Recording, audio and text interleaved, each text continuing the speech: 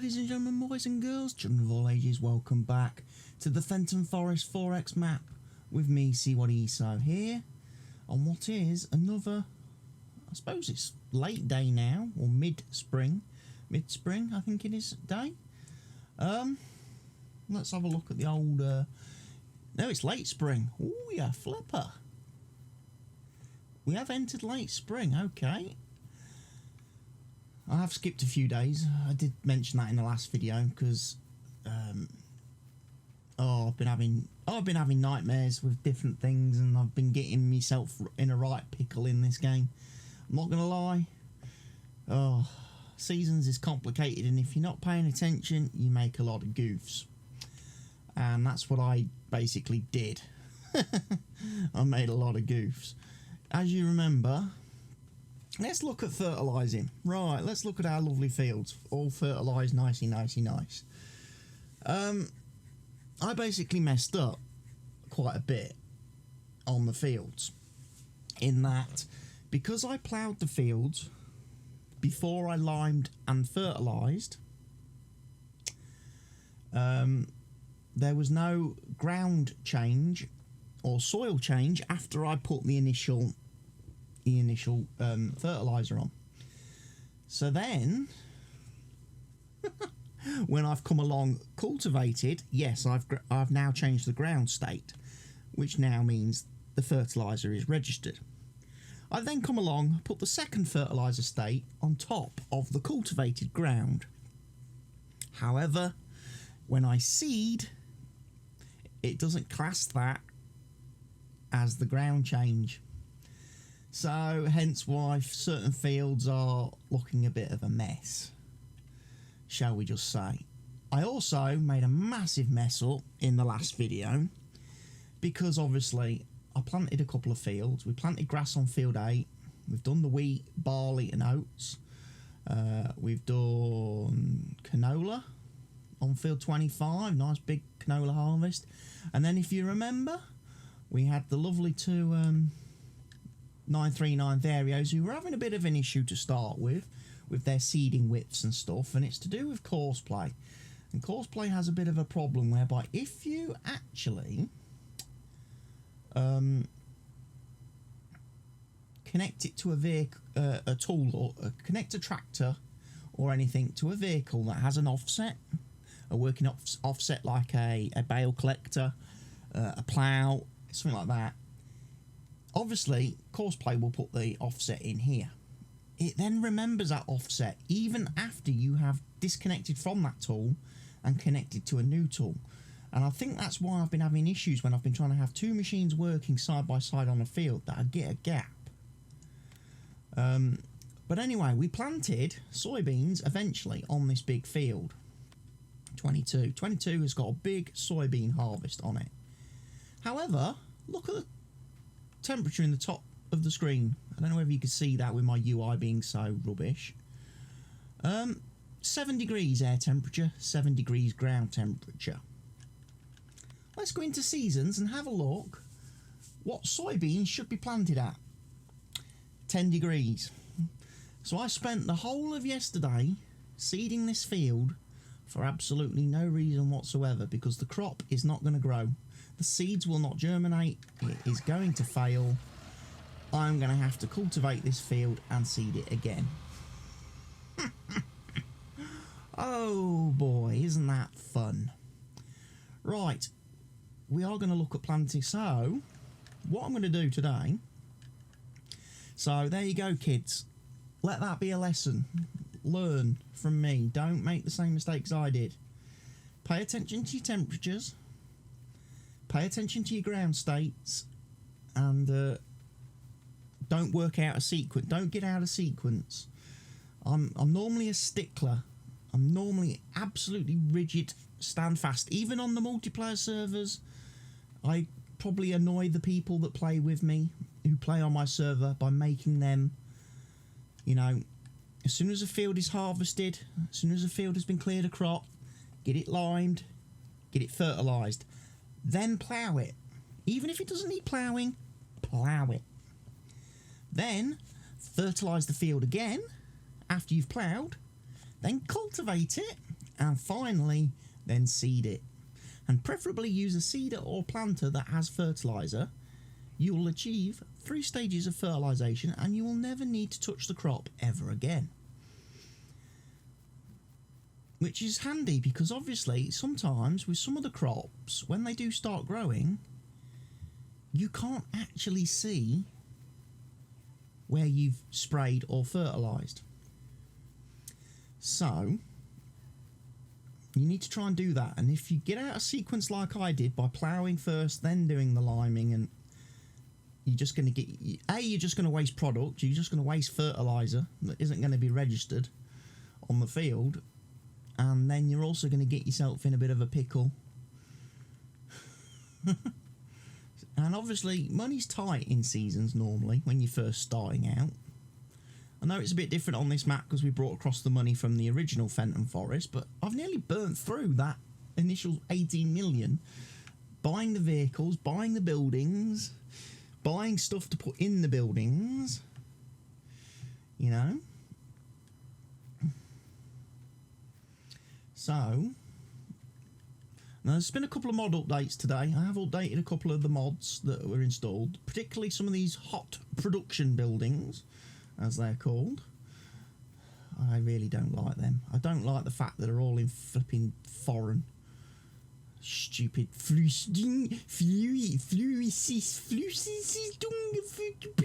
you don't put a K in production, it's a C of flipping. Oh, I hate these people who can't spell. Liquid fertiliser production. Anyway, this is liquid fertiliser production. And originally, they really ballsed it up, this mod. The output rate was ridiculous. I'm talking, output was something silly like 100 litres per hour. You was never going to produce enough liquid fertiliser at that rate. So, it's now been bumped up to 5,000 litres an hour, which is a little bit more manageable. You could, you know, produce a nice bit of liquid fertiliser. You know, if you produce 5,000 litres an hour, one day of that running should give you enough. And it's hopefully the same as this machine over here, the herbicide production.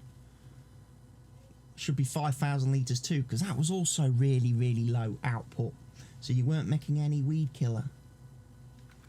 Anyway, and again, I hate the fact that somebody decided to put a Z in there. You're missing a C and you're missing an E from herbicide. And you're also, again, you've put a K where there should be a C. Just pointing that out. Please, children, any children watching the video, do not learn your spelling and grammar from Farming Simulator. A lot of the mods are terrible. Terrible English. Right, so I'm not seeding today because it's too cold. It's too cold. And I say code because I'm, you know, from that part of the UK where we say code instead of cold. Right, so I'm going to chop down some trees.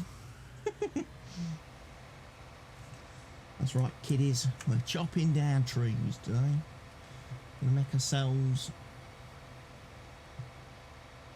Going to widen up some of the entrances to some of these fields. Especially down here. And wow, is this the fastest this thing goes?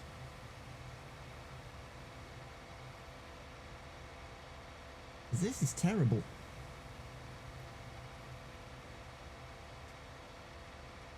Hey, Black Sheep Modding, if you're watching, can you jack the speed up on this, please? It's a little bit on the slow side.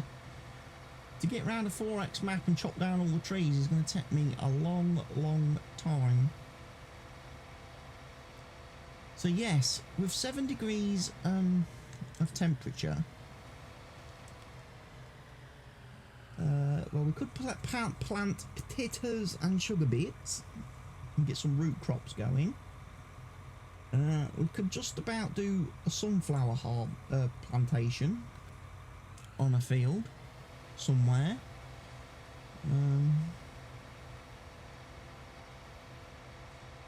However, I'm not fully convinced of that.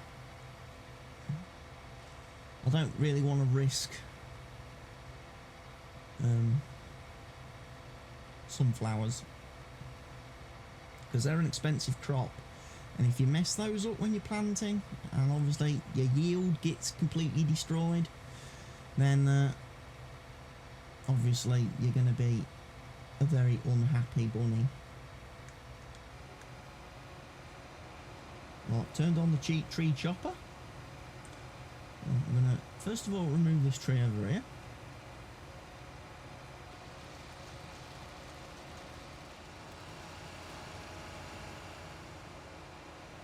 There might be a stump down there. There is. So this works very much like the Brooks Big Daddy that I used on the previous Fenton Forest series. The only difference to this vehicle is A, it's self-driven, whereas the Brooks was an attachment for tractors that went on a 3-point link on the front, and the only downside to this one is you don't get wood chips. Whereas with the Brooks, when the Brooks chop down the trees and remove the stumps, you got wood chips which you could then take and sell. I'm not particularly fussed about that aspect. I just want to remove some trees so that when I'm driving vehicles, tractors, tools, I can actually get through these areas without having to keep folding or unfolding.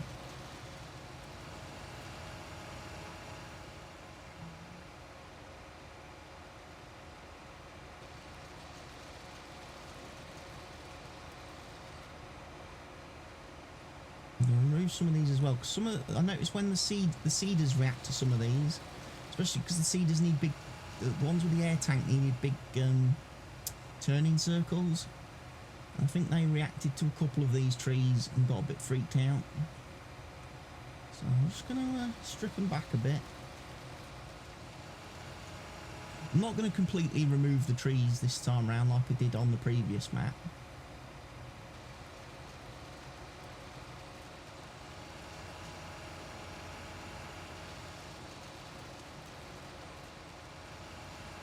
Because believe me, I have no intentions of joining these three fields together.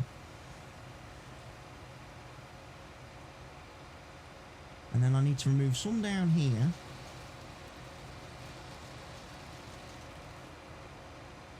Because I can't actually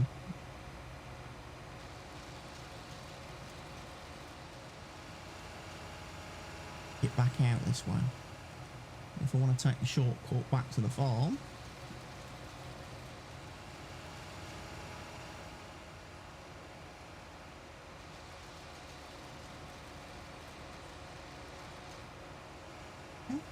Nice. Right, there's this one tree here may go.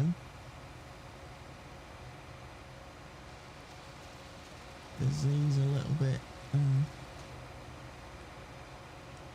Actually, I'll remove this one as well.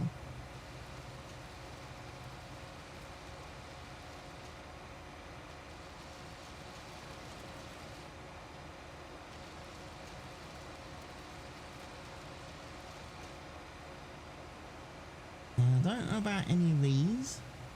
Whether any of these need to go down here. Whether we need to thin any out. Might take this one over here.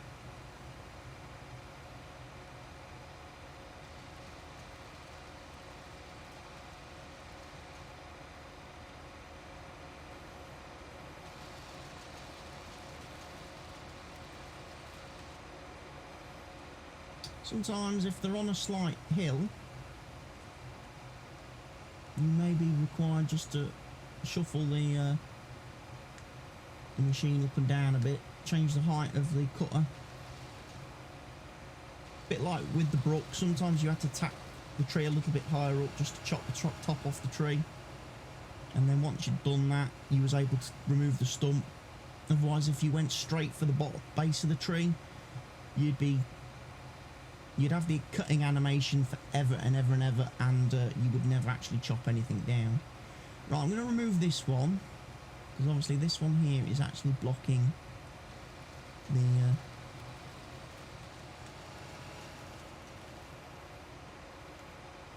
entrance in and out of the farm a bit.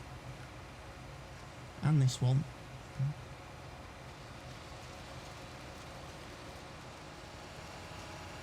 Yep. Just opens that path up and stops any vehicles. Right. I'm going to remove this one as well because he's sticking out a bit.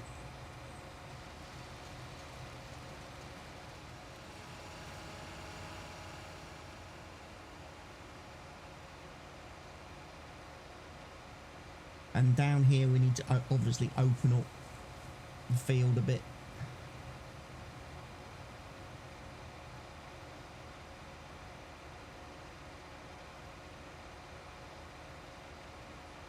Then we need to go over, do up both sides of field 1. And also need to open up a few trees from around field 8, between field 1 and field 8 as well. Get them all done. Right, we're going to open up a path through here so we can run again. When we're running our unloading courses with our trucks,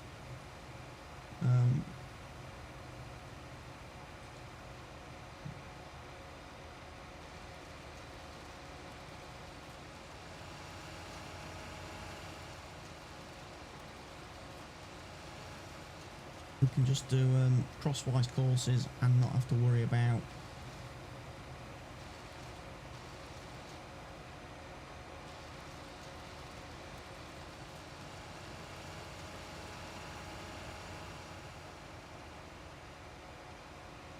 trucks crashing into one another if we have multiple trucks on the move at the same time.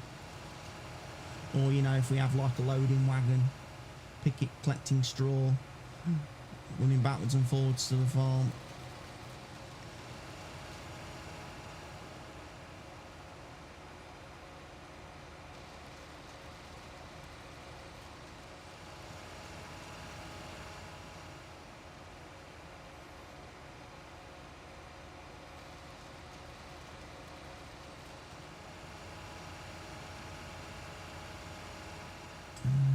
Just take this one over here.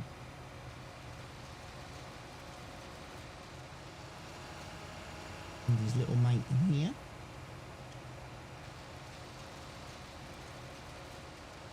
This does make life a lot easier, I have to say, using one of these. It beats prattling around with logs and chainsaws and trying to pick up logs and trees and put them on trailers. And if you're not worried about selling logs and you just want to get rid of trees from a map, grab yourself one of these. They're not very expensive.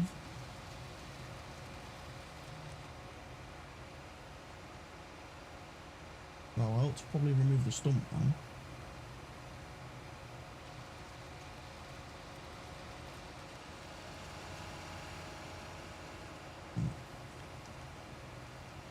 Again, it's mainly just to remove trees that are going to cause problems for vehicles like this one over here, because he's sticking out a bit further than he should be.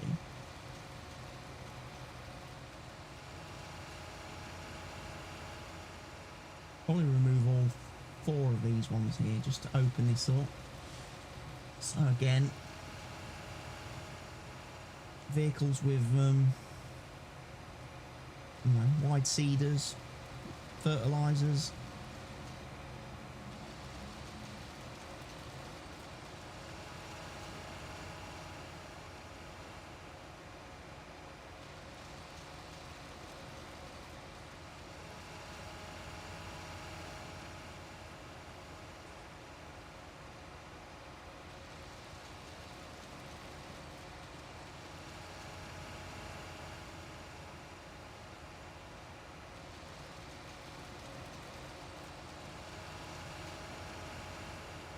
There we go. Right, let's carry on over here now. Stripping out some trees. So we did the ones over there. So there's the ones all the way down here. It's not the quickest machine in the world. That's the one advantage, I suppose, of the Brooks. The Brooks is kind of not limited by the machine. So I'm hoping, fingers crossed, obviously we're in late spring, I'm hoping tomorrow's temperatures are going to be better. 8 degrees. It's still not looking too promising.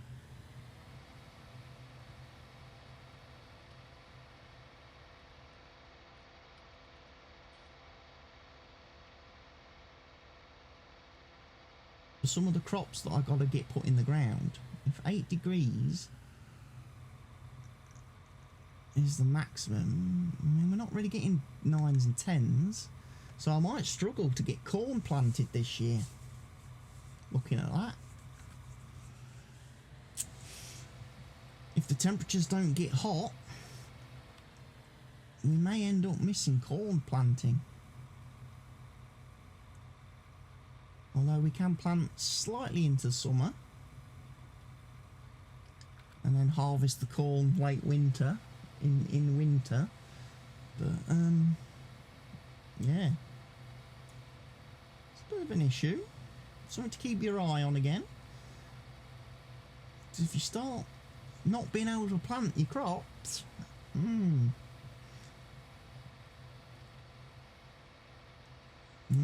you might end up planting something you didn't really want to plant, but it's better to plant something than to plant nothing. Especially in the first year, because obviously you're going to need money. So you're always going to need income and profits. Alright, let's take this tree.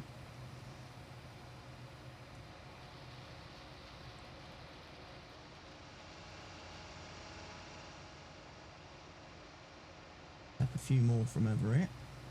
So just to open this up, again, just to make it easy for us to get vehicles in and out of the field.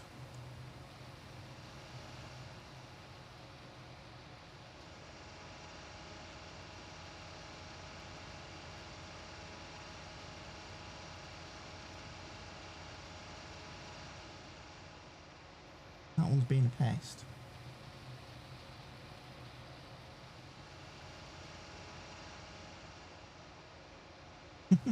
Sometimes the trigger points are a little bit high. If they're chopping down the trees.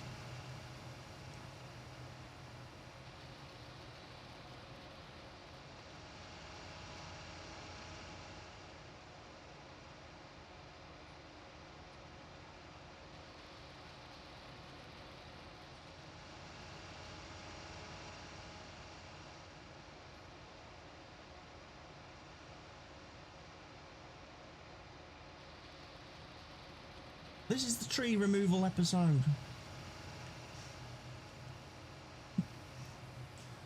For all the hippie tree huggers out there, you're not going to like this episode.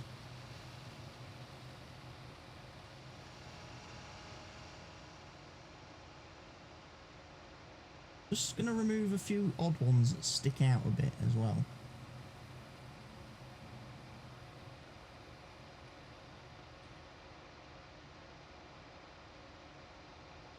Not that they're terribly close to the field edge, but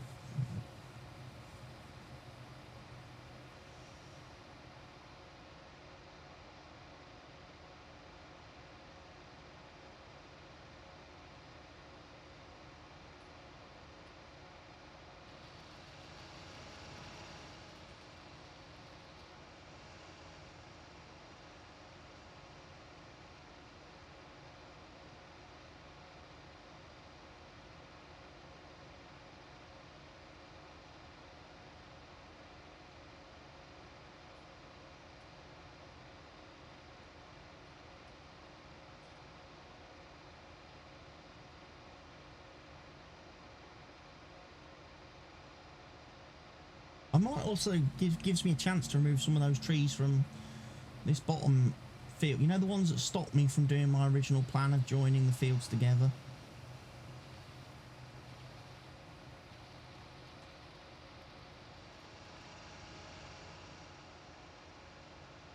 In that bottom corner. I could maybe chop out a few of them.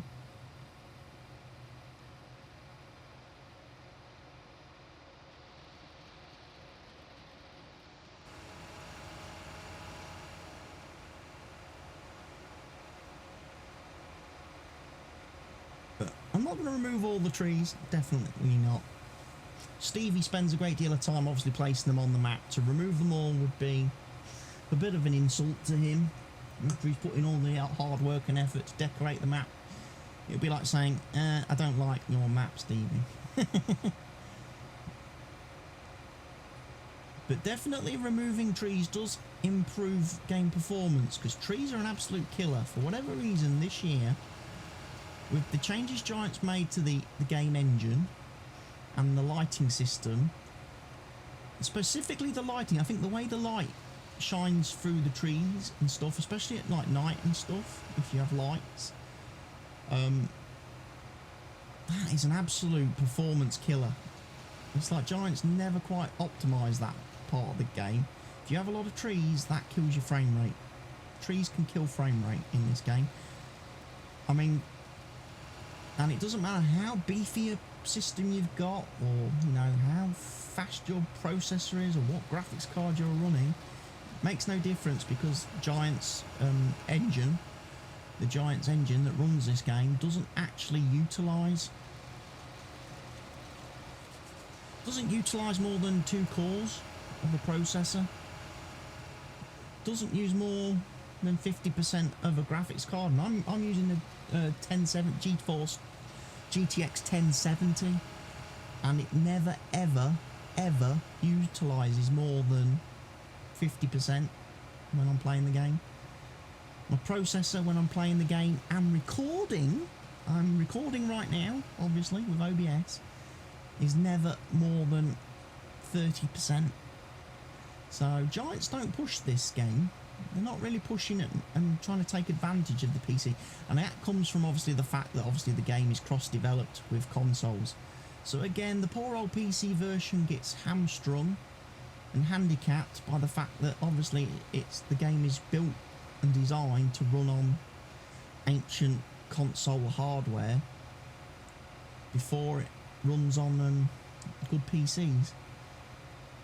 But I've had this discussion and debate for a long time now, and certainly if you have this discussion over on Giants forums, my god, do people get excited, and do people start getting angry and swearing at you when you suggest that maybe Giants should separate the console game from the PC game, do completely 2 different versions, release the console version of the game the opposite year to the PC version. Obviously the current farm sim game gets released every 2 years, so we got FS19 last year, we'll get FS21 next year. This year we don't get anything. What they should do is this year they should have released a console version of the game designed for obviously the consoles, and then next year they should release the PC version, which absolutely takes full advantage of PC technology and current hardware, and do that, alternate their release cycle. So they do the console version 1 year, the console, maybe merge the console and mobile version together, so the people playing on consoles, the people playing on tablets, mobile phones, they play the same version of the game, they have the same version, and then like I say, let the PC players really go take advantage of their systems. Better graphics, you can't tell right now because obviously, oh, you can see, if I zoom out a little bit, you can see that little circle around the which as I start driving, you start to see the textures loading in. Right now, like you say, you can definitely see a difference. You can see the ploughed field, and then towards the top of the screen it's just like a muddy texture. You don't get the furrows until you start driving closer. It's the same with the grass. Obviously the grass is loaded in where I am, but up ahead again it's just a green muddy texture. I mean, obviously Giants want you sort of playing down here at this level where you probably wouldn't notice it so much, but I notice it. And obviously if you're playing in cab you can't see it if you're playing first person, but I don't generally play a lot first person. But yeah, that's one thing, and certainly as I've been playing other maps like the multiplayer map on County Lines, I really hate this circle around, and I wish there was some way on PC you could get rid of that and just have the game load the proper textures. I know it's going to affect performance, I know it's going to decrease the frame rate a bit, but you know, honestly, I could live with that. I could live with that just to have the game look nice. You know, I don't want console graphics on my PC. You know, you don't spend £2 on a PC to expect to have console graphics. And console performance from a game. No, you expect a PC game on a PC to take full advantage. Right, let's chop out a few trees over here. That lovely, lovely T-Rex. We'll take a screenshot of that. That'll be the screenshot for the video, probably. I must remember to keep trying to text screenshots as I record the videos, or I end up where I render a load of videos like I did the other day and then have nothing to make thumbnails out of when I upload the video to YouTube. And then I'm like, how many times can I get away with using the same picture? Just changing the text. You know, how many times can I use that picture of this bloke stood outside his house as me thumbnail?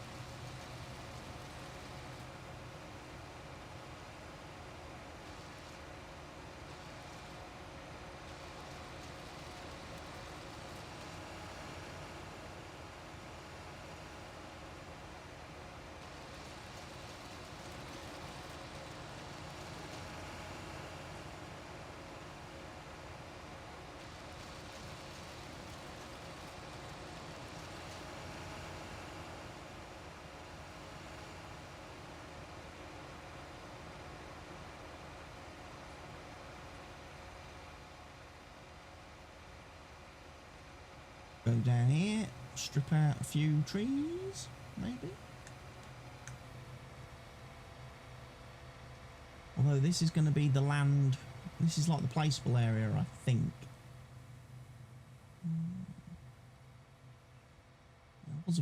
Which Stevie said he did have plans for at one stage in his building, map life, when he was designing the map, and then he got rid of all the buildings that he placed on here and just left it as a blank area for people who wanted to build their own farm.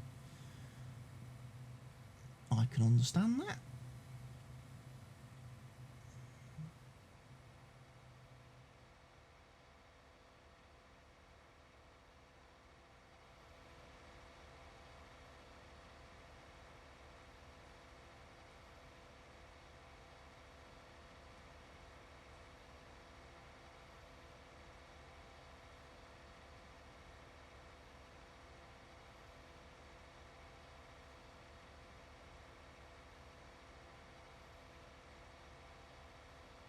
I might take a couple of trees from over here, just so I've got a route through into that field there, sort of thing.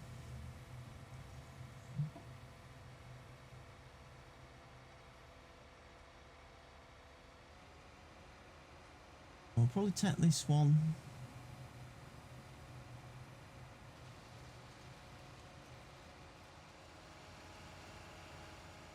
Little buddy back here.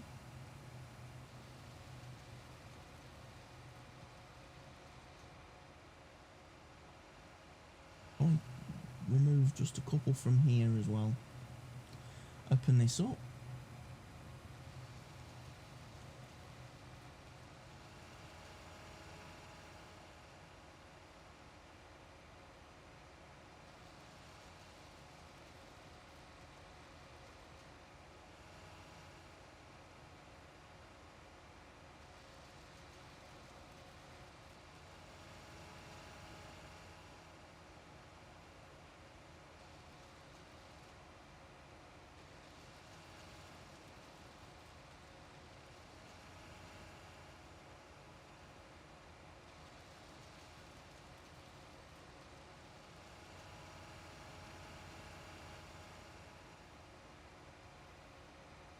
Lose this one here.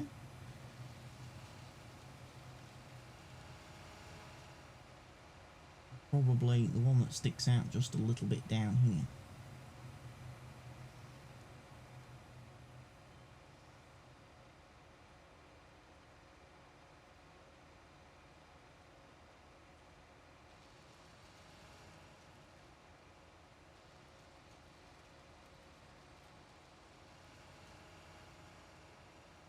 A good little toy this to play with.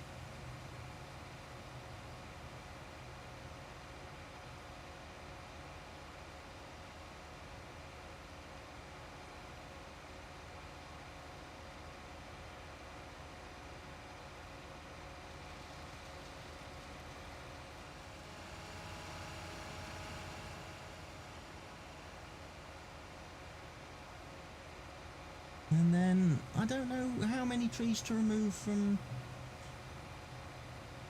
between these two fields. Because I would still like on the map. I know this sounds a bit crazy. I would like to maybe join field 23 and 26 together.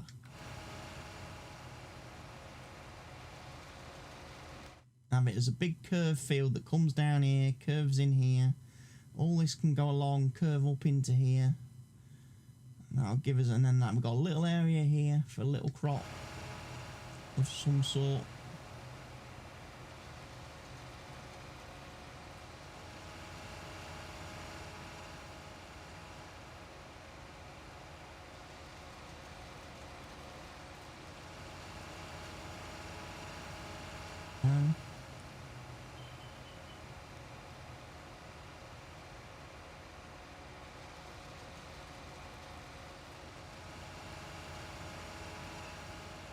Take a couple out here.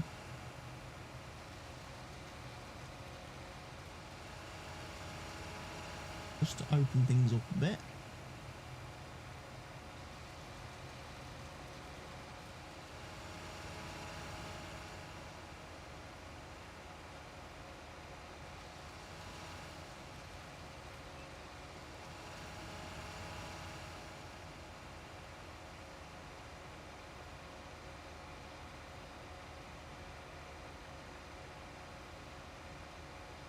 Just a couple of these odd trees that stick out a bit need to go.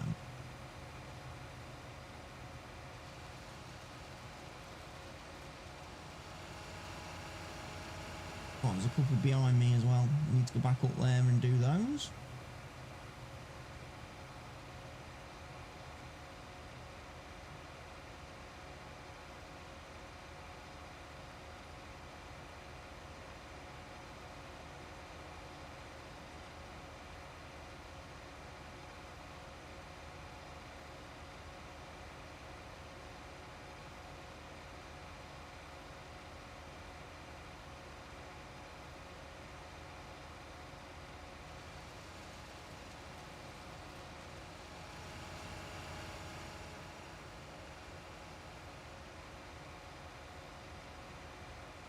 I'm going to take all these ones.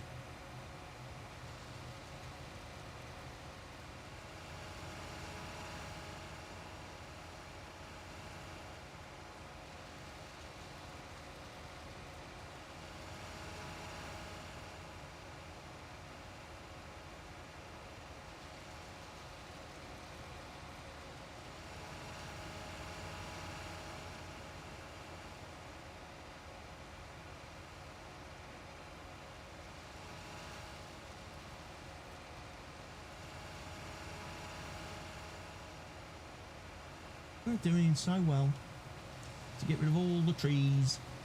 And like I say, all down there is fine. Over there is fine. I'm not worried about over there so much.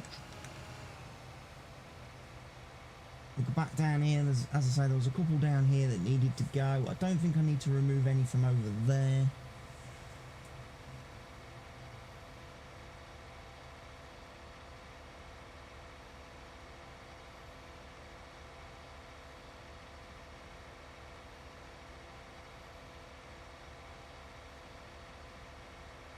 We've killed a morning.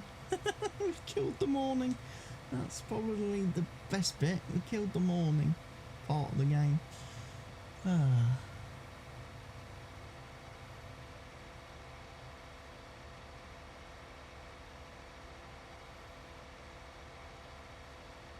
HUD's a little bit off the centre of the screen. Why is that?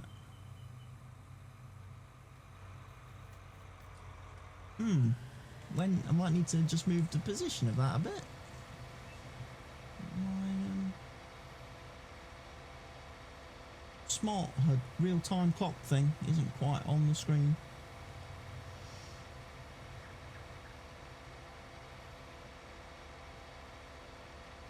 Anyway, I will carry on removing trees from the farm. I will bring you guys back for day 8 tomorrow. So the next video will be into day 8 of late spring, and hopefully the weather will be warm enough that we can actually start maybe looking at getting stuff planted again. So thank you for watching this video. I know it's been a little bit different, a little bit one-sided with me just driving around doing this, but there's really little point in me seeding if the seeds aren't going to actually germinate because the temperatures are rubbish. So I need to just hang fire a bit on that, because obviously these are big fields, they take a long time to plant anyway, and if because of that we then run into the problem whereby all the crops are going to fail, and obviously we need to take care of that.